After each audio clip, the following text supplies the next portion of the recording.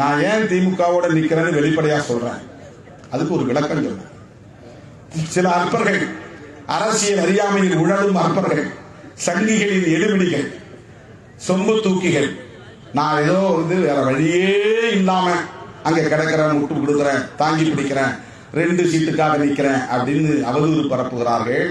அந்த கும்பலுக்கு நான் சொல்லவில்லை, என் தம்பிகளுக்கு சொல்லுகிறேன், என் உயிரின் உயிரான விடுதலை சிறுத்தைகளுக்கு சொல்லுகிறேன் என்றுதான் அதிலே விளக்கம் தந்தேன். என்ன சொன்னேன் என்றால், எனக்கு ஆப்ஷனா இல்ல, நிறைய ஆப்ஷன். அந்த ஆப்ஷன்லாம் நான் ஏன் ஓபன் பண்ணி வைக்கல, அதை ஏன் நான் ஹோல்டு பண்ணி வைக்கல?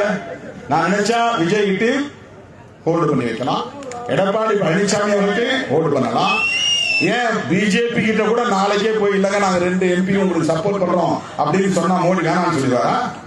அமித்ஷா வேணாம்னு சொல்லிடுவாரா?